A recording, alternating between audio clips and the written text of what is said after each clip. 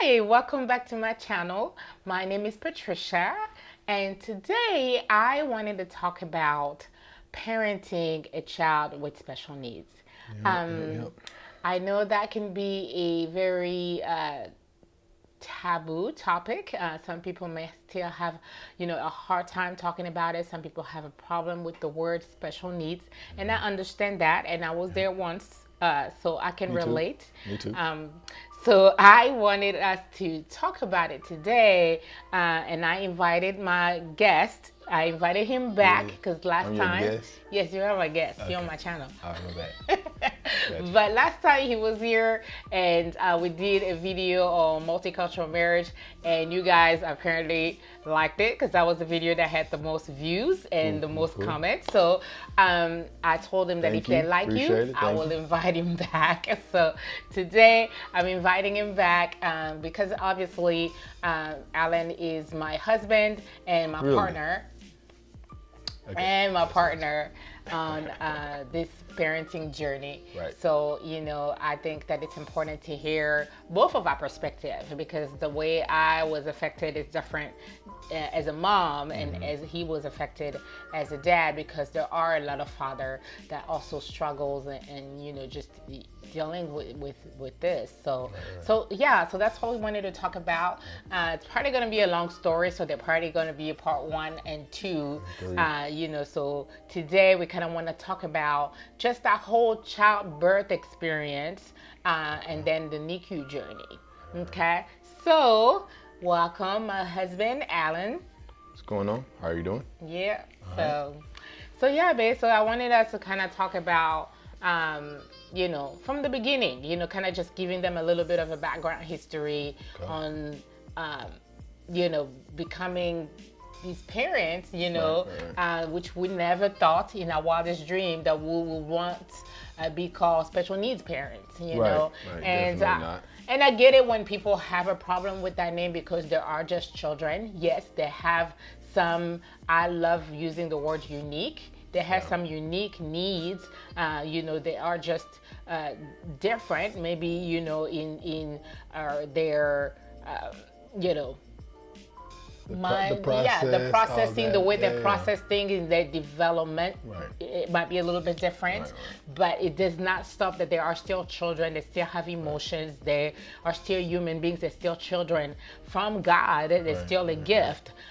So you still go through parenting emotions like any other ones, but you might have a little bit more of a challenge than a parent with just a typical child, because I don't like the word normal, because they are normal in the way God made them. Okay.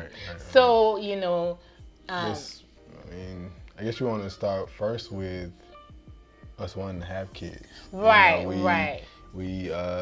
We waited. We agreed 2 years. Yep.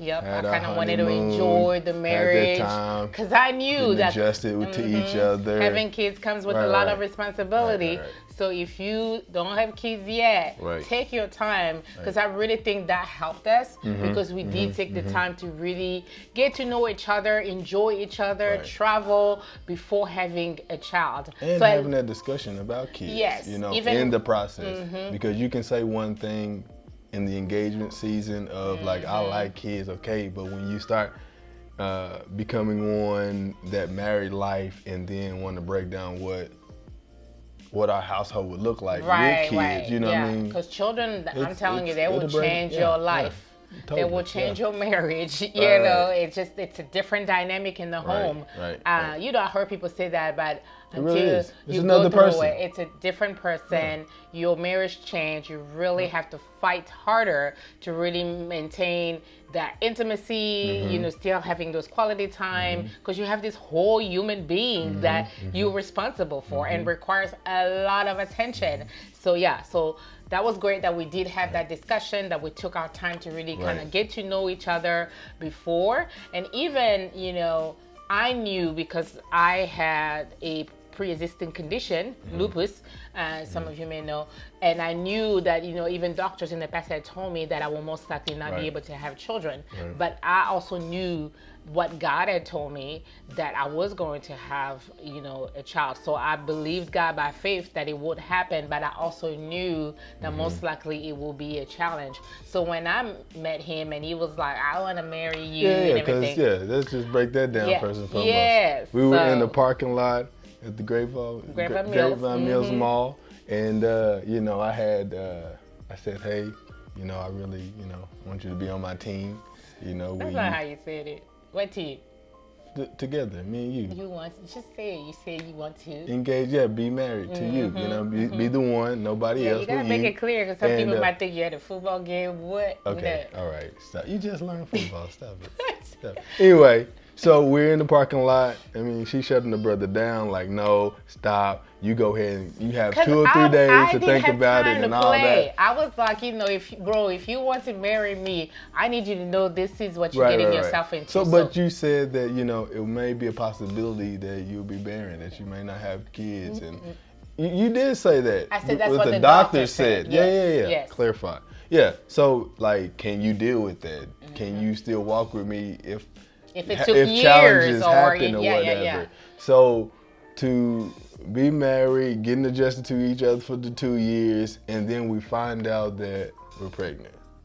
And then I found out, here's another parking lot story. No. Let me finish up that story with the Grapevine Mill. So I told him that, and he was like, no, I really believe you're the one I want. I really want to marry you. Yeah. And I was like, you haven't even had time to think about it and process it. I was like, go home, pray about it, think about it, because I really wanted him to understand the seriousness, and I didn't want to trick him.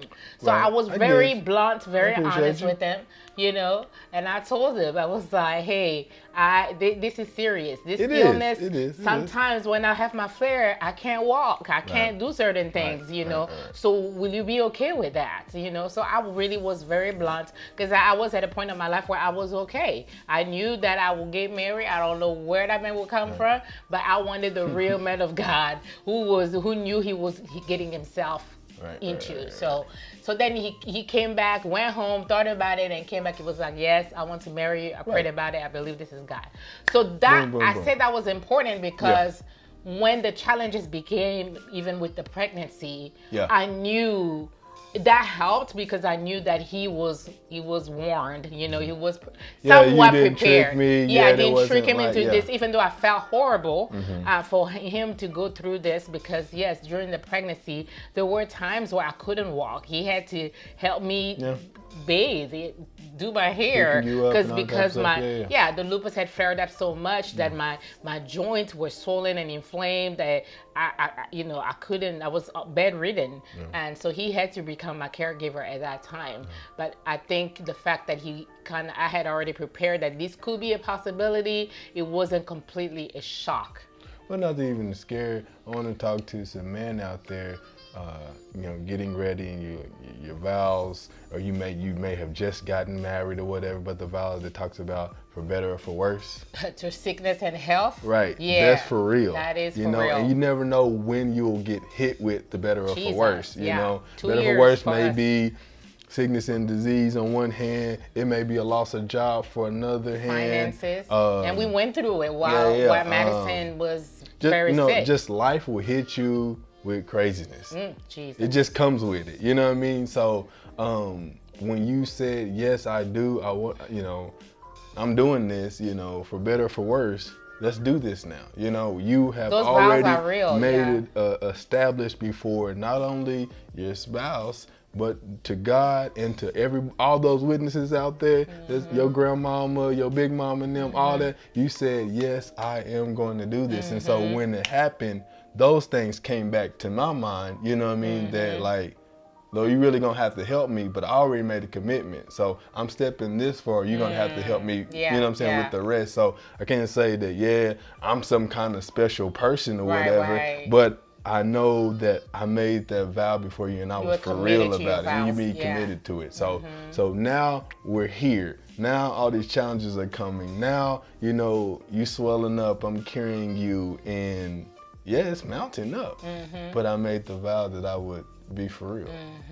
I would do this. So it was shaky. It was shaky. I mean, the pregnancy itself was shaking, because honestly, we weren't really trying at the same time, but we Well, weren't. hold up. What? Trying. Like to get pregnant when it happened, it kind of was a surprise because first of all, the doctors didn't even think I could get pregnant. So that was already kind of a surprise. Like we knew after 2 years we wanted to have kids, but we weren't actively trying. But at the same time, I wasn't on birth control. But and then when it happened, it kind of was a surprise. And then we were excited, we were happy, and the doctors were like, "Oh, it happened." So we went on the baby moon. But no, I was talking about when I said the parking lot. The other parking lot is the Walmart parking lot when you told me. Oh yeah.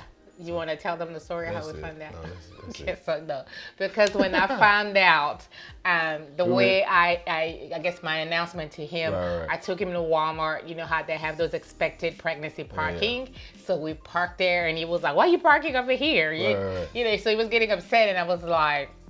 And he still didn't get it. And then I showed him the pregnancy test. And he was like, what? So it was exciting. But anyway, so that was that part, the parking lot. But so after, we found out, then we go on a trip to Mexico. And that first night in Mexico, I start bleeding. So I was we took an early trip, I guess, early baby moon. So it was like 8 weeks pregnant. And I start bleeding.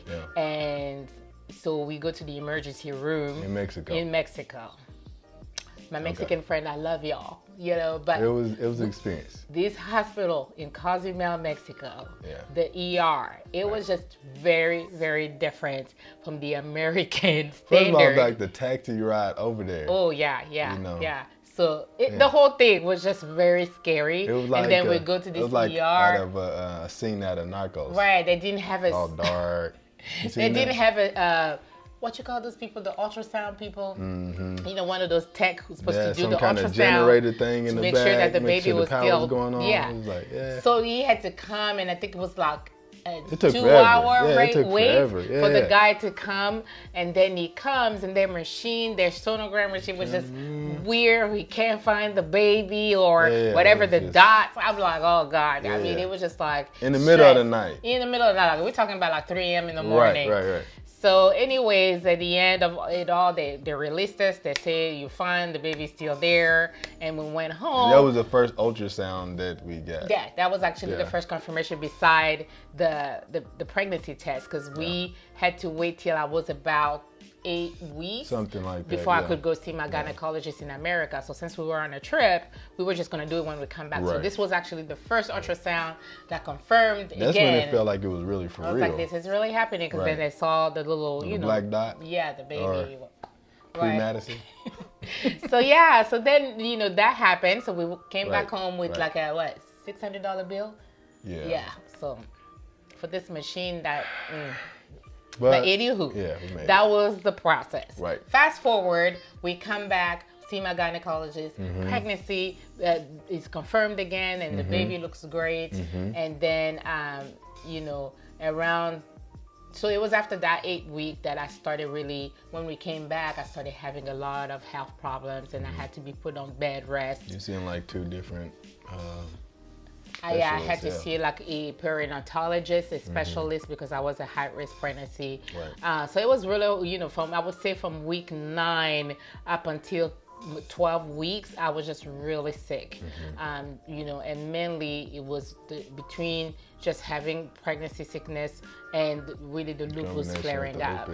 So anyways, so that, was part 1. Fast forward, around 22 weeks, after 12 weeks I was doing great, and then I started really kind of enjoying the pregnancy, and then at 22 weeks I started having high blood pressure, but every time they will see the high blood pressure, 150, it's kind of like high, but not too high, maybe.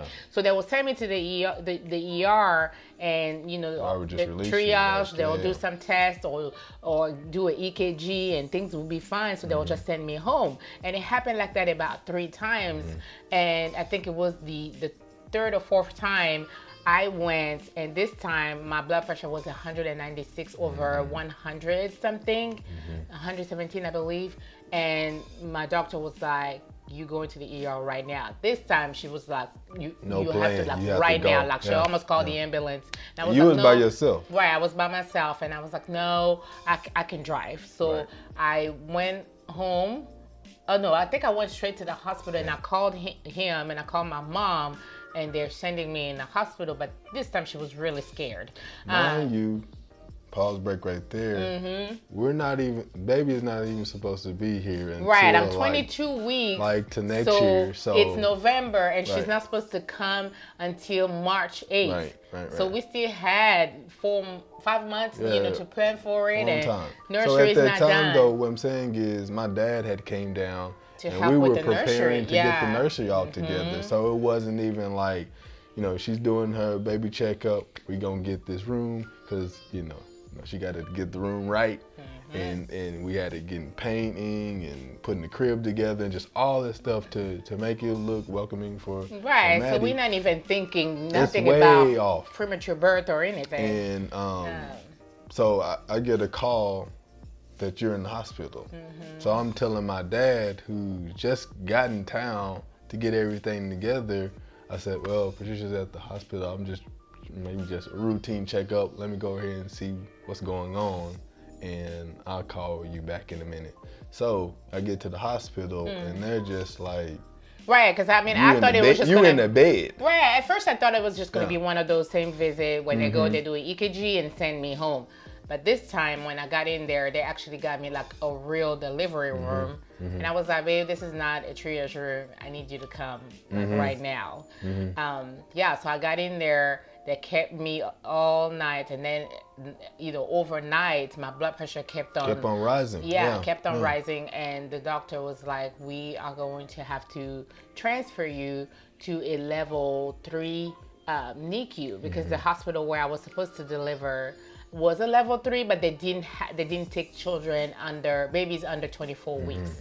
So I had to be transferred. The hospital was literally right down the street from where we were staying. So it was like the perfect setting, but they had to care flight me to the hospital downtown. So it's like 3 a.m. in the morning, and it's cold. It's November. And so we're being transferred. My mom came, and so she's in the ambulance with me, and Alan is following us in the hospital.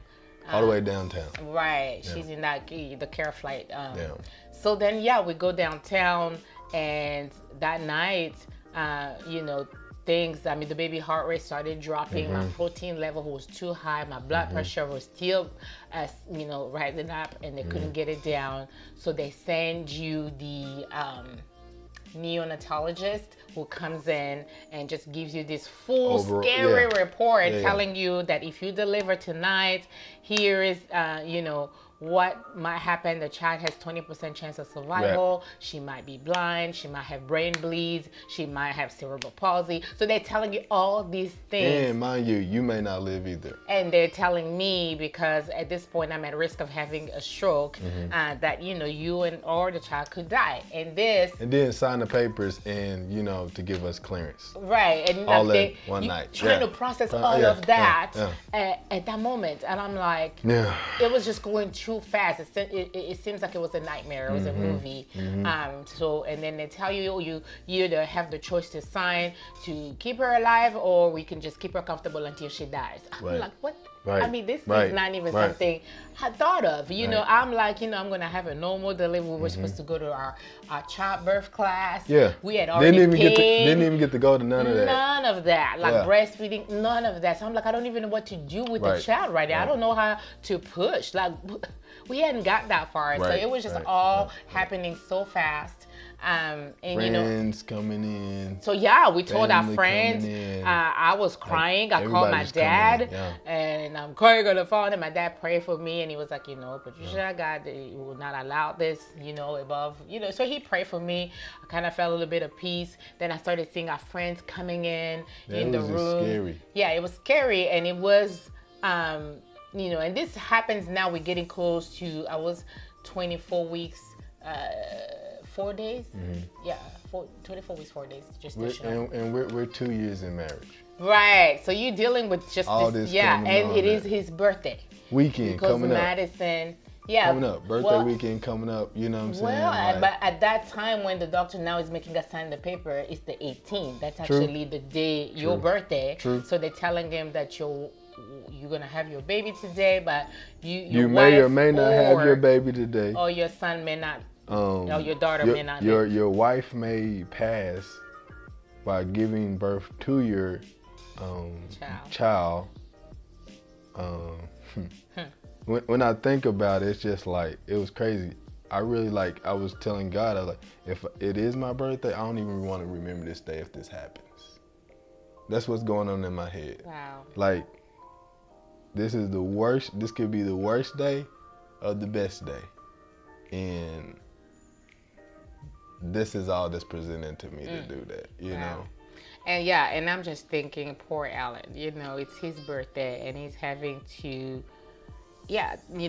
think about possibly losing his wife and unborn child. And, it just felt horrible. The whole situation was just crazy. But, again, I just wasn't even thinking about my birthday either. Yeah. When you really, I knew it was my birthday. But at that moment you're not, it's just another day, just trying to get everything to be stable. Because when you have everything shaky, everything's moving, all these people that you don't even know who they are coming and telling you stuff.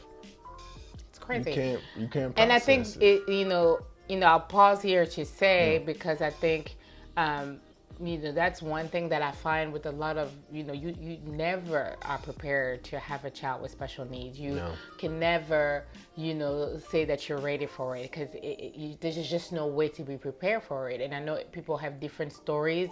Some of them have total normal childbirth, and then the child later on has a special needs. And some people, it happens, before the child is born, that you find out that, hey, you might have a child with special needs. So, but you're never really fully prepared. It's something that I wouldn't wish on anyone, just because just the trauma that's involved with it, the fear that's involved with it. The unknown. Yeah, the unknown. So yeah, I mean, we had friends and family. Prayer definitely, helped us during that moment. And then she came at 24 weeks, 2 days gestational, I think so. She was 1 pound 2 ounces, so she was very tiny. She came, but she was still fighting for her life because her lungs had not fully developed. So then, well, let's take it back. Even in the delivery room, let's talk about that. You're doing. I was out of it. Like, I was under anesthesia. I was about to have a C-section. Yeah, so you're having a C-section. If you don't know what that is, ladies, y'all probably know what that is. Okay, so we're in there. Could you hear the people talking? I could hear it a little bit because I remember they were playing Michael Jackson. Yeah, that's true. Yes. Yeah. So I remember that they were like, the anesthesiologist was very comfortable because they're playing Michael Jackson, they're singing, and I'm like, okay, I guess they chill. That was pretty weird. Yeah. But so you got all these surgeons and everything doing what they need to do to get Madison out. What I've seen as far as the normal birth, what happened is that you get to at least hold the baby and see the baby, but we didn't get to get that chance to. No, none of that. It's like they just took Madison and they rushed her to the NICU. Rushed her into the little incubator piece. Right. And they called me over to go see her. So you didn't even get to see her that day. You didn't even get to see her. I didn't like, see her 2 or 3 probably for days? 72 hours because I was under magnesium. And that's the magnesium is what they give you when you have severe preeclampsia and to help with my blood pressure. And so I was out for 72 hours. Usually they give it to you for 24 hours, but because my blood pressure was skyping up so high and fast, so they kept me on there for 72 hours. So after the 3 days, the 72 hours, then they wheeled me to see her.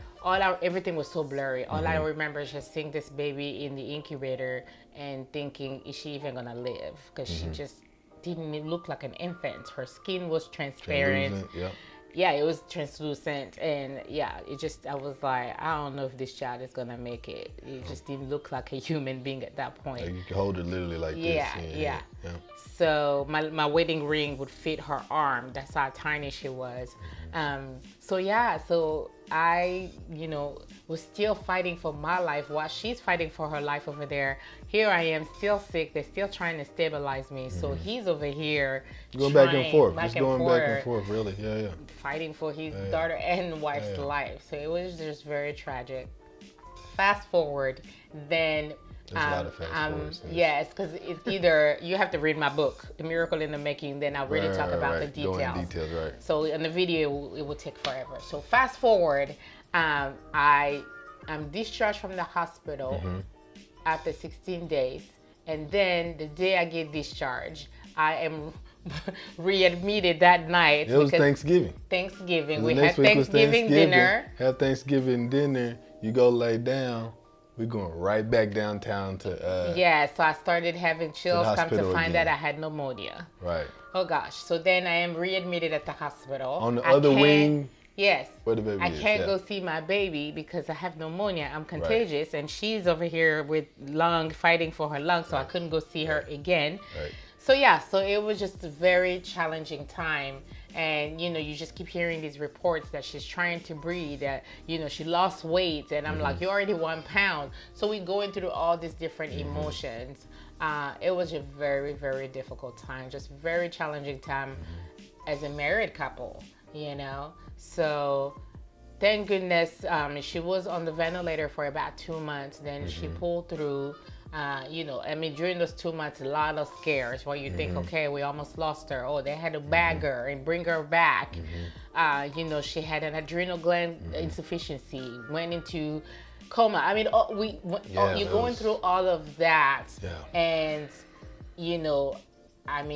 I went on autopilot to try to just make it. So you're not really processing everything, because I was just like, I have to be strong to be here, because I have to pump to try to get her, her nutrition. I have to go, morning and evening, go into the NICU. We're just trying to make it best how we know. We're just first-time parents, so we don't know. We have no clue, And you in the NICU, you're seeing other babies that are dying and not families losing the battle, so you don't know. A lot of machines going on, a lot of everything nurses. is very unfamiliar to you.